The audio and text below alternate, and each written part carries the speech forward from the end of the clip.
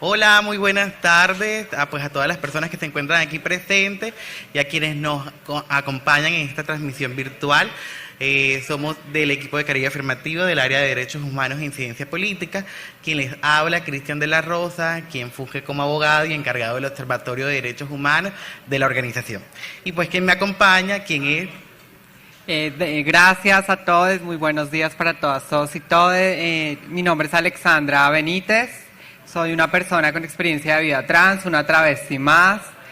Hago parte del equipo de incidencia política y de derechos humanos también de la Corporación Caribe Afirmativo y hago parte como miembro activa del Observatorio Latinoamericano por los Derechos Políticos y Electorales de las Personas Trans. Vale. Espera que pasen la diapositiva. Vale. Con esta la pasas y con esta la devuelves y con esta apuntas. Bueno, pues un punto importante, que creo que Alexandra, que estuvo participando en todo el proceso de seguimiento al protocolo trans, fue este gran reto y estos desafíos que implica la democracia, sobre todo para personas con identidades de género diversas. Yo creo que inicio comentando, ya Dani en el panel anterior lo habló, fue a finales del año 2020 cuando el Consejo Nacional Electoral, mediante la resolución 3480 del 2020 expide un protocolo que busca eliminar barreras y también reducir los tratos discriminatorios que impiden o obstaculizan los derechos de personas con experiencia de vida trans. Fue un hecho histórico porque por primera vez esta institución adopta un modelo de propuesta que fue realizado por la Fundación GATT, la Misión de Observación Electoral, la MOE y Caribe Afirmativo. Y es un ejercicio muy interesante porque la expedición de este protocolo implica o reconoce un problema estructural, y es que en Colombia no existen garantías para que las personas con experiencia de vida trans ejerzan libremente su voto. Y es que este grupo poblacional particularmente se ha sometido a una discriminación estructural, específicamente en el ejercicio de lo político electoral. Y en segundo lugar, este protocolo reconoce que las autoridades electorales y ciertas instituciones tienen unas obligaciones para poder garantizar efectivamente estos derechos. Pero como dijo Dane en el panel pasado, el asunto no terminó en la creación del protocolo, sino eventualmente en su implementación. Y por ello, en las elecciones al Congreso de la República y a la presidencia que se realizaron en el 2022, se vio la necesidad de que se diera una observación electoral con un enfoque diferencial de identidad de género y expresiones de género diversas. Y como ustedes ven en pantalla, y reitero nuevamente, pues la primera vez que en la historia político-electoral de Colombia se hace una misión de observación electoral con este enfoque diferencial, que se realizó el 13 de marzo en las elecciones al Congreso de la República, el 29 y 19 de junio, primera y segunda vuelta a la presidencia. Participaron 135 personas trans, quienes estuvieron aproximadamente en 26 municipios de 13 departamentos. Y es un dato muy importante y reiteramos que fue la primera vez que se realizó una misión de observación electoral con un enfoque trans, podríamos mencionarlo, pero que exhorta a que en estas elecciones aumente esta observación. Y quisiera comentarles que esta observación tuvo dos momentos muy importantes, porque en este informe que próximamente vamos a comentar algunos de los resultados, la metodología de investigación estuvo dividida en dos momentos.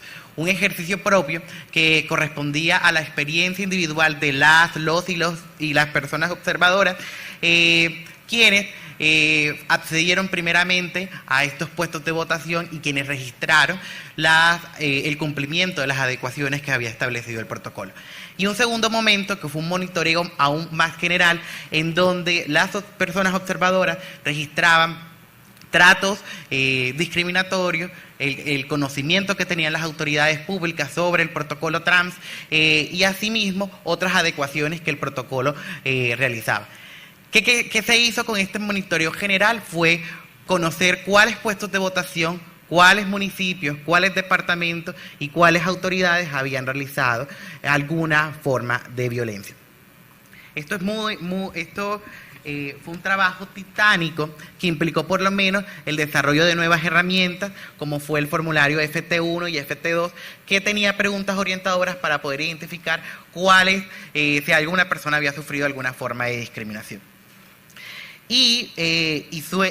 Como la defensa de los derechos humanos no tiene espera, en medio de la misión de observación electoral se utilizaron distintas formas de tecnología para poder garantizar el ejercicio del derecho al voto de personas trans, que implicó, por ejemplo, crear redes de WhatsApp, comunicación en tiempo real por llamadas telefónicas, consolidar redes de apoyo dentro de los municipios en donde se estaba haciendo la misión de observación, y todo esto en un contexto de municipios altamente ruralizados, con baja conectividad y con una señal telefónica inadecuada o deficiente.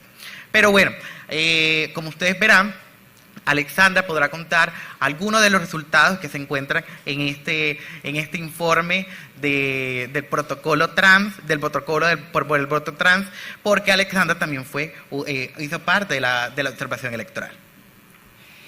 Sí, sin duda alguna, digamos, desde Caribe Afirmativo y desde las 3 organizaciones convocantes se planteó y se construyó un informe de seguimiento y monitoreo a este ejercicio de implementar el protocolo de voto trans. Y vamos a plantear 3 momentos en la conversación un poco para poder entender cuáles fueron los resultados que se obtuvieron en este ejercicio de implementar este protocolo de voto trans.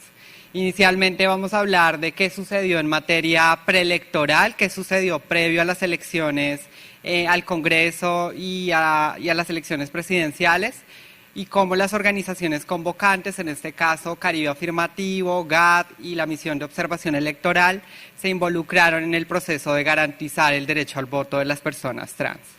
Para seguido a ello poder entender un poco cuáles resultados se obtuvieron a partir del ejercicio de observación electoral, este ejercicio histórico, donde por primera vez en Colombia personas con experiencia de vida trans fueron entes veedores, fueron sujetos políticos, y que creo que eso marca un precedente sin duda alguna, para finalmente hablar un poco de cómo se involucró la tecnología, el uso de las TICs y la información en el proceso de implementación del protocolo de voto trans.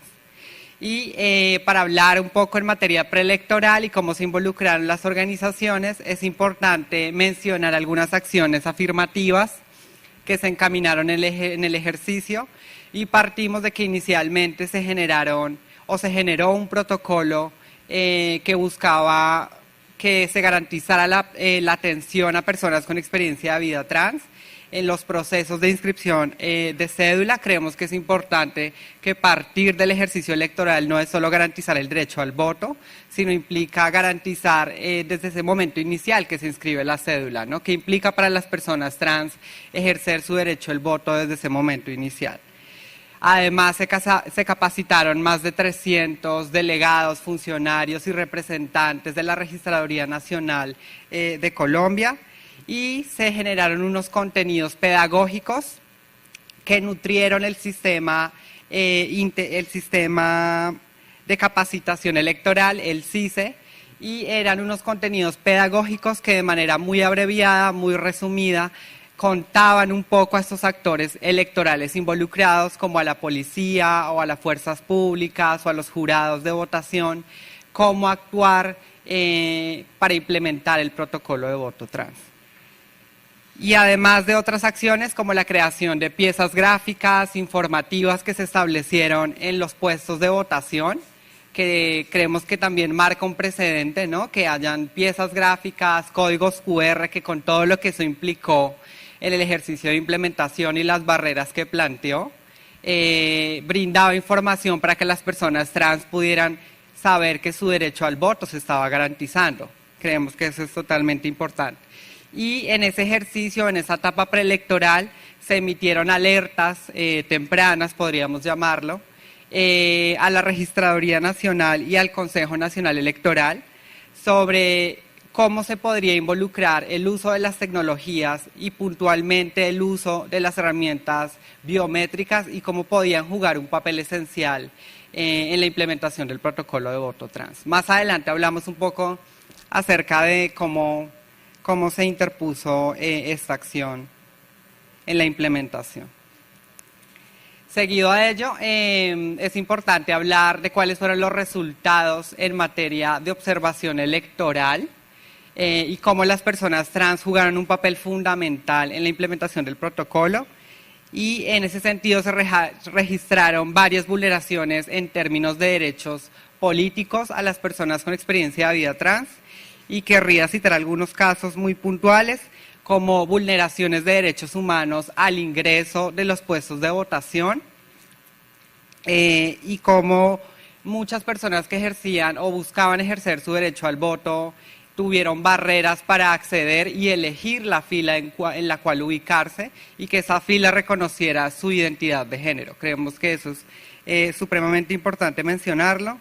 Y además de una serie de situaciones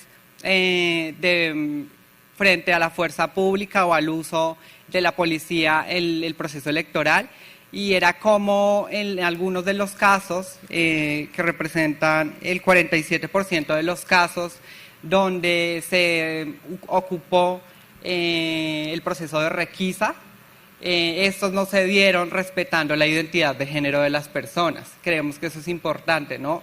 Precisamente el protocolo de voto trans habla de respetar la identidad de género de las personas a partir de ese tipo de situaciones. Y sin duda las personas con experiencia de vida trans no binarias se enfrentaron a una serie de situaciones importantes, desde el acceso a las filas, desde el proceso a la requisa, desde a que simplemente el cuerpo policial reconociera su identidad de género y fuera también acorde a su identidad de género, que creemos que es importante poder resaltarlo en el ejercicio.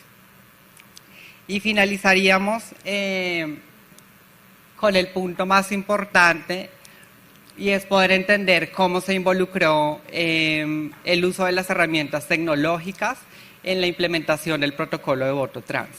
Y aquí es importante entender que los sistemas de información biométricos jugaron un papel ambiguo en la implementación del protocolo de voto trans, y cito alguna serie de situaciones que sucedieron. Por ejemplo, en las elecciones al Congreso, de las 9 personas que accedieron a sistemas de información biométricos en los puestos de votación, 7 de ellas encontraron que la información que estaba en los sistemas biométricos no correspondían con los datos de sus documentos rectificados. Y creemos que eso es importante consolidarlo, y que hace un llamado sin duda a la Registraduría Nacional, al Consejo Nacional Electoral, y es actualizar los sistemas de información electorales que nutren un poco el ejercicio. Además, se registraron una serie de casos, por ejemplo, un caso donde una persona con experiencia de vida trans, un hombre trans, había rectificado su documento de identidad hacía más de 4 años, y la información que estaba suministrada en el sistema biométrico no correspondía con su documento de identidad. Y son situaciones que sin duda alguna hacen un llamado también a los entes electorales, porque terminan vulnerando los derechos políticos de las personas trans. No podemos votar. Y creo que marca un llamado, una alerta temprana que es importante poder establecer. Y entre otra serie de situaciones que creo que es importante rescatar. Sí, yo creo que con estos resultados que plantea Alexandra, pues hoy hay unos retos a las elecciones territoriales. Unas elecciones territoriales que tienen unas dinámicas un tanto distintas a las elecciones a nivel nacional, porque son elecciones en donde juega mucho el papel de la política territorial y regional. Segundo, unas elecciones que tienen unas características, no voy a decir atípicas, pero un poco diferenciales, y es que pues se ha alertado un riesgo inminente para la ciudadanía en el ejercicio del derecho al voto, que pone en jaque a población históricamente estigmatizada, como son personas LGBT, con énfasis en personas con experiencia de vida trans. Y obviamente hay unos desafíos muy institucionales. Entre ellos, por ejemplo, está que la capacitación, las autoridades electorales, que todavía sigue siendo una deuda, podríamos decirlo una deuda histórica, porque cuando a las autoridades electorales no se les capacita sobre este protocolo trans, terminan ejecutando invasiones a la privacidad, realizando preguntas abusivas e incómodas, que tarde o temprano terminan afectando el acceso efectivo al derecho al voto.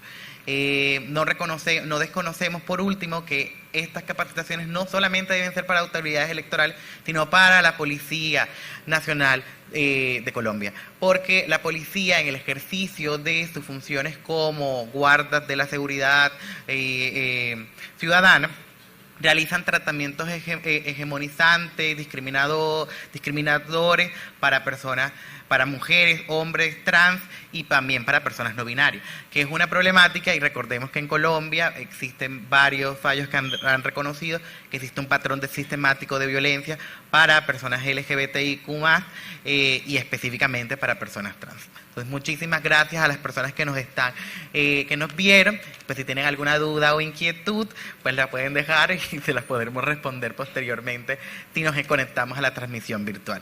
Muchísimas gracias a todas, a todos y a todas.